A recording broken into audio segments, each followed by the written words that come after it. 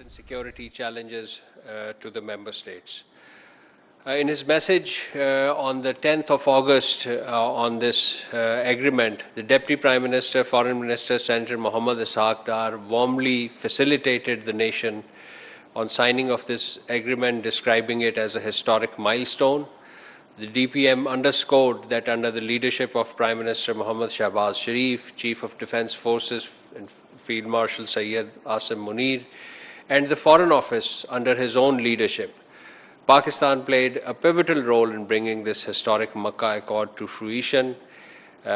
He commended the leadership in safeguarding Pakistan's national interest and strengthening strategic partnership with Saudi Arabia and Turkey. Ladies and gentlemen, Pakistan remains engaged alongside our brotherly states in sincere efforts to resolve the crisis in the Middle East and the Gulf. Pakistan is making all-out efforts to bring the two parties to negotiating table, Islamabad MOU, and pave the way for peace and stability in the region. Pakistan will continue to offset spoilers using direct and indirect channels and enable continuation of constructive dialogue to resolve all outstanding issues. And in the context of our peace efforts, on August 10th, the Deputy Prime Minister, Foreign Minister held telephone conversations with Saudi Arabia, Iran and Kuwait. So these were 3 conversations in one day. With the Foreign Minister of Saudi Arabia, Prince Faisal bin Farhan, the DPM discussed bilateral and multilateral cooperation, regional developments and the importance of close coordination. And in his conversation with Iranian Foreign Minister Abbas Araghchi the same day, the two leaders exchanged views on regional and international developments, efforts to promote peace and stability, and the Mecca Joint Defence Agreement.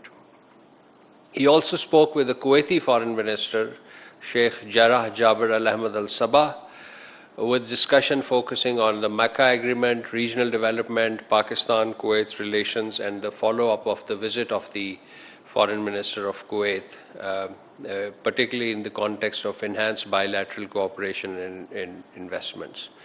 And on August 11th, the Deputy Prime Minister and Foreign Minister spoke with the Bahraini Foreign Minister, Dr. Abdul Latif bin Rashid Al Zayani, who congratulated him on the signing of the Mecca Defence Agreement and expressed his intention to visit Pakistan. DPM welcomed the proposed visit and reaffirmed Pakistan's commitment to dialogue and diplomacy for regional peace and stability.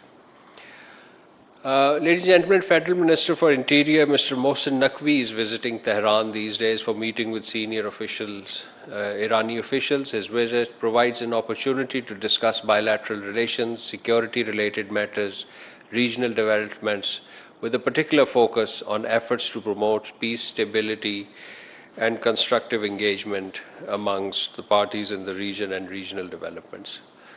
Ladies and gentlemen, the Deputy Prime Minister, Foreign Minister, Senator Mohammad Ishaq Dar remained actively engaged in the diplomatic outreach, including important bilateral telephone conversations with his counterparts and other international leaders.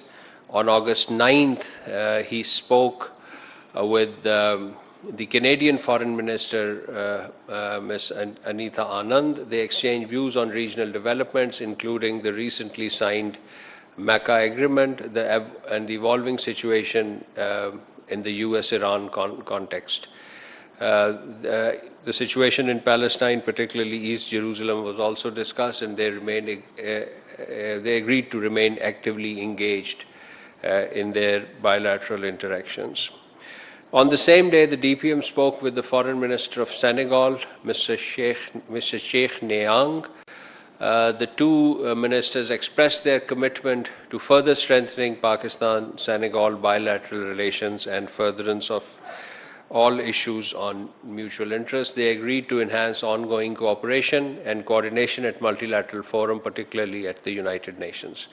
The Deputy Foreign Minister also held a telephone conversation with President Felix Tshisekedi of the Democratic Republic of Congo and former President of Guinea-Bissau, Umaro Sissoco Embalo, on the 10th of August. He briefed them on the contours and significance of the Mecca Agreement and its role in strengthening regional peace and security. He also discussed the importance of furtherance of Pakistan-DRC relations, including through high-level exchanges.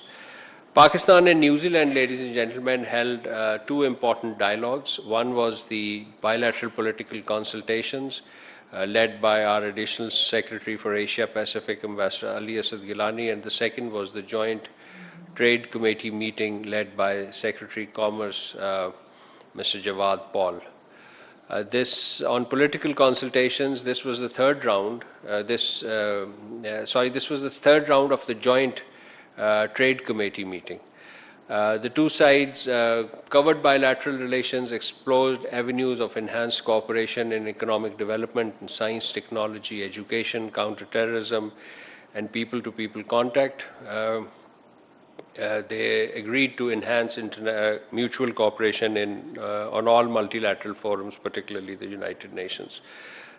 At the Joint Trade Committee meeting, the sides discussed strengthening bilateral trade and investment, particularly agriculture, livestock, information technology, education, and service. Importantly, the two sides discussed cooperation in sustainable agriculture, wool production, and plant protection. A key outcome of the visit was the signing of an education cooperation arrangement between Pakistan and New Zealand aimed at deepening collaboration in education sector and further enhancing education ties and ties between the students and educational institutions. Ladies and gentlemen, with this I conclude my opening statements and open the floor for question. Ji Zishan.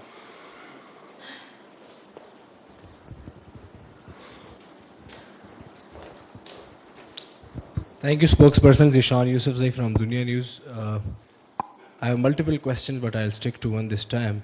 And I want your comment on the recent attack by Houthis in Bab al-Mandab. This attack was on a commercial vessel, and crew members were killed, including 3 Pakistanis, and while 11 Pakistani and Indonesian sailors were rescued. So Foreign Office has issued a statement before these Houthis attacks, so I wish your comment on it. Thank you. Yes, this is a sad development that took place last evening, and our Deputy Prime Minister and Foreign Minister has just issued a statement on X platform. Please do refer to that.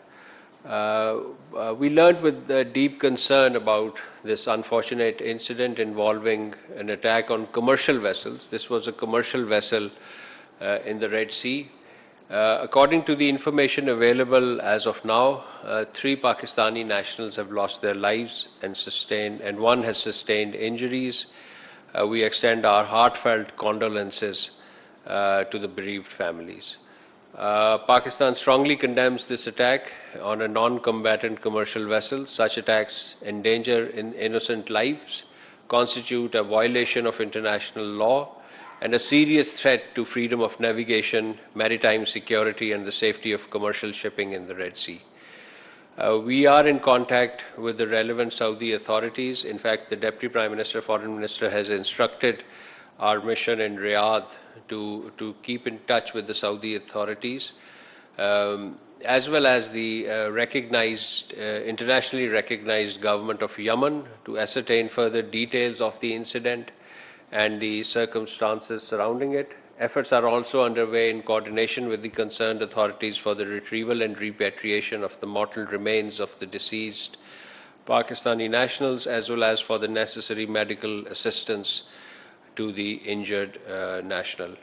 The government of Pakistan will continue to closely follow the situation, and we'll share the details with the media as and when available.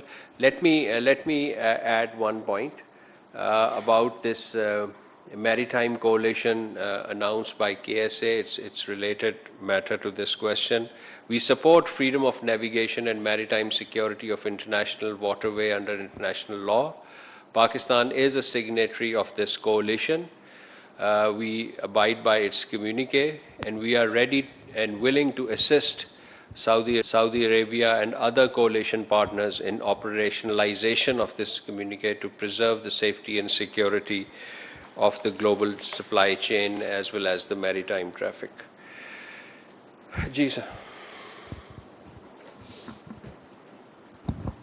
Thank you, sir. Indian MEA's spokesperson in his weekly briefing made comments on the recent protest in Azad Kashmir. What is your response on this particular matter, sir? Yes, we saw the statement. We categorically reject the baseless statement and allegations made by the Indian MEA regarding Azad Jammu and Kashmir. India's professed concerns for human rights. तर्जुमान दफ्तर ख़ारजा Tahir Hussain इंदराबी press briefing दे रहे हैं। उनकी जानिब से कहा गया कि बाबुल मंदब में तिजारती जहाज़ पर हौसियों का हमला अफसोसनाक है। पाकिस्तान तिजारती जहाज़ पर हमले की मजम्मत करता है। हमले से बहर अहमर में तिजारती जहाज़ रानी के लिए ख़तरात में इजाफा हुआ है। हुकूमत पाकिस्तान सूरत हाल पर नज़र रखे हुए है।